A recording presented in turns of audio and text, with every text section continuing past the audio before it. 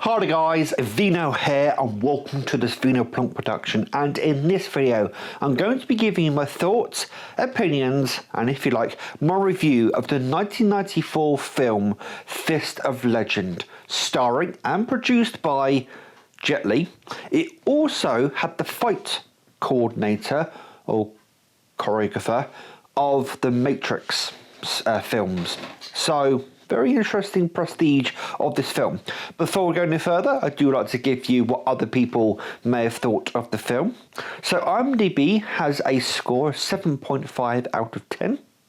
Amazon UK has a 4.6 out of 5, and Rotten Tomatoes has the prestigious score of 100%, which is rather prestigious. But I'm going to be giving you my thoughts and opinions of this film. Before we go any further, please give me a like or a dislike, depending on whether you like what I'm doing here or not. And if you're feeling a bit more advantageous, then the subscribe button is there. It's big, it's red, it's free. It really does help.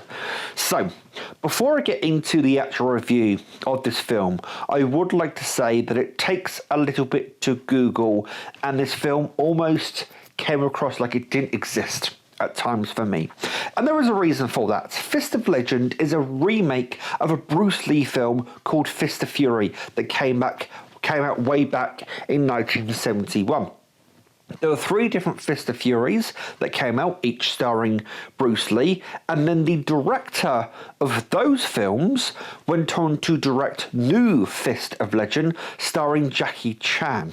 To really mix things up, Fist of Legend, which again is a remake of Fist of Fury, just to make sure you're keeping track, there was a sequel to this film called Legend of the Fist that came out in 2010 starring Donnie Yen. So yes, 3 different martial arts masters and actors all starred the same character, otherwise known as Chen Zhen, in 3 different roles. It then gets even more complicated when there is either a TV show or another series of films called Fists of Fury. Yeah, so in order to Google this film, you have to put Fist of Legend in 1994 or Fist of Legend Jet Li in there and you'll be able to find it. But it took a lot of working out and Googling. I tried to look for it on, say, Amazon Video, and then Netflix couldn't find it. I acquired it elsewhere. But it was really a bit hard to Google and find. But when you finally do find it, it does exist. So let's get into this movie. Before I go any further, shall we say, this film feels very disparate. It feels like there's many things going on that don't necessarily gel together that well. There's some missing scenes, that's what it feels like, or there's some connective tissue that's missing from part to part in this film. Nonetheless, I'll go forward and explain the basic plot to you guys so you've got to get an understanding of what this film is all about. So basically, Jet Li is studying in Kyoto, Japan, and then finds out through the master of one of the martial arts studios that's nearby that his master, Master Hua, has actually passed away. So he makes his way to Shanghai, which is occupied by the Japanese. So this film takes place in 1937 during the Japanese occupation of China. And this is one of those disparate things that basically goes on, is that the Japanese occupation of China is a major plot thing during the whole film, and there's a lot of racism in this film. There's a lot of Japanese versus Chinese, Chinese versus Japanese, all that kind of stuff. This film has the war element or the occupation element there. It's a bit of conspiracy theory. There's a bit of Romeo and Juliet going on. There's then 2 kind of warring martial arts studios going at each other. It's an interesting film, and it does ultimately become, it does make a good film. It's just it can be a bit confusing to follow at times. So Jet Li goes back to Shanghai, and he's suspicious as to how his master died. His master died supposedly during a battle with one of the opposing senseis and masters of another studio. Jet Li challenges this master and very easily defeats him. He then surmises that his master wasn't in the best of health when he took up that challenge, and then discovers his master was poisoned. Then we go into the movie proper, and this is where, as I said, I get into sort of the disparate, different parts of this film. So Jet Li, or Shenzhen, is in love with a Japanese woman. At some point during the film, Jet Li's character Shenzhen is accused and arrested and is on trial for the murder of his master. So his lover, the Japanese girl, comes back from Japan to basically act as an alibi for Shenzhen to get him out of the court, the trial that's going on. She lies. It's a bit of a spoiler alert there, but she lies for him, and it really, there are little, how can I put this, little segments during this film in which they sort of just happen. So, the judge of this, as the court scene is going on, sort of says we have somebody to give a testimony and an alibi, and then all of a sudden, she arrives, there's no sort of fanfare, she's sort of just there, and there's different parts throughout this film that just sort of happen. I'm there scratching my head going, how did that happen? So, the set pieces, the martial arts and the fighting in this film is very well choreographed.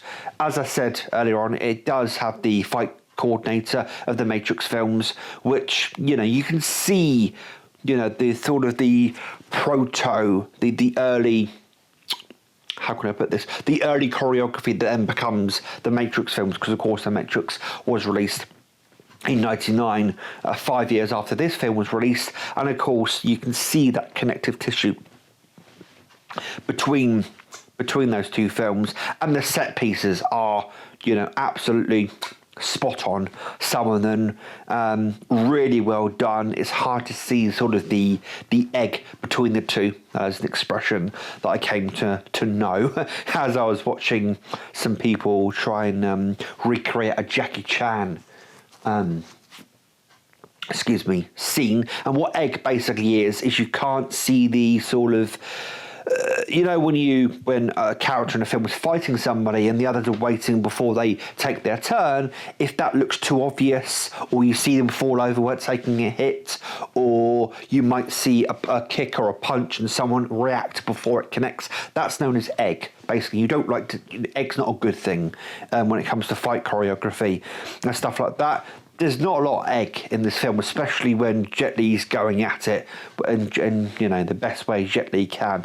I love Jet Li in this film. His acting's really good, and there's actually some scenes in this film where he goes back to Shanghai, back to his old martial arts studio, and he teaches some of the disciples of that particular martial arts studio some of his Japan influence in his own martial arts, which actually helps him later on in the film. And there's actually a few scenes in which I swear that Jet Li isn't acting. I swear he genuinely has a look of glee and happiness on his face that he's teaching other people how to do martial arts. Now, I don't know whether Jet Li was involved in the fight choreography of this film. I think he would be, because he did later on go on to be the fight choreographer for, say, the Expendables films. So it's not, beyond the reach of man, the reach of anybody watching this film, that Jet Li would be involved with some of the fight choreography. And it almost seems as if they just filmed Jet Li showing them, how to do fight choreography, and just left it in as part of the film. So you've got the kind of conspiracy, the whodunit of who poisoned the master. You've got the Romeo and Juliet story of Jet Li, or Shenzhen, and his Japanese girlfriend. You've then got the occupation of China, of Japanese soldiers, and it all seems very weird at times. You then find out that the opposing martial arts studio is somehow connected to the Japanese army. It all seems very complicated and very hard to follow, but at the crux of it is Jet Li, and over the course of the film, he learns some things, he grows as both a martial artist and a person, and it allows him to finally take down the big baddie of the film, which is the general of the Japanese soldiers that are occupying Shanxi.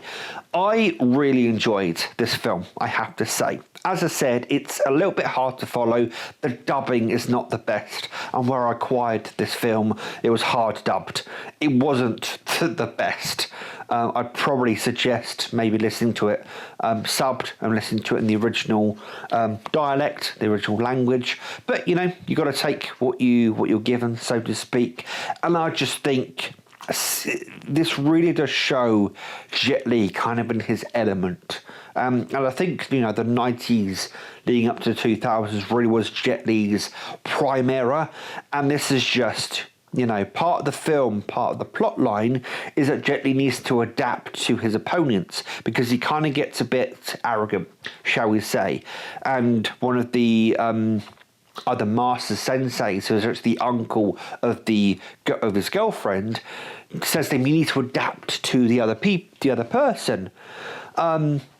And as I'm trying to think my original thought, but as you see him adapt to those different styles, again, it just feels as if this is Jet Li in his element, and it's a really, really well done film. Not the most cohesive film at times, but I left the film with a massive smile on my face, and I'm really looking forward to watching the sequel starring Donnie Yen, who's becoming one of my favourite martial artists / actors. So it's going to be really interesting to see yet another martial artist take on the mantle of the Chen Zhen character. I did try watching the Bruce Lee original, and unfortunately I wasn't in the right frame of mind to really, you know, enjoy that kind of film, which is why I moved on to the Jet Li remake. I did originally go straight to the Donnie Yen one, and then realised that was a sequel and was to watch the one before that. But yes, I really did enjoy this film. There's not many fight scenes, and also this film is rated an 18 here in the UK. I feel that might have been a bit of a severe rating for this film because it's not that graphic or violent. Actually, it's violent in terms of, you know, martial arts, but it's not that graphic or bloody or gory, really. But hey ho, it is what it is. So that has been my review, my thoughts and opinions of the 1994 film Fist of Legend, and I really did enjoy it, and I'm looking forward to watching the next one in this series of films. If you have seen this film yourself, please put a comment down below and let me know what you think, and let me know what you think of these reviews going forward. But until next time, guys, please take care, and as always, enjoy the rest of your day. Ta-ra!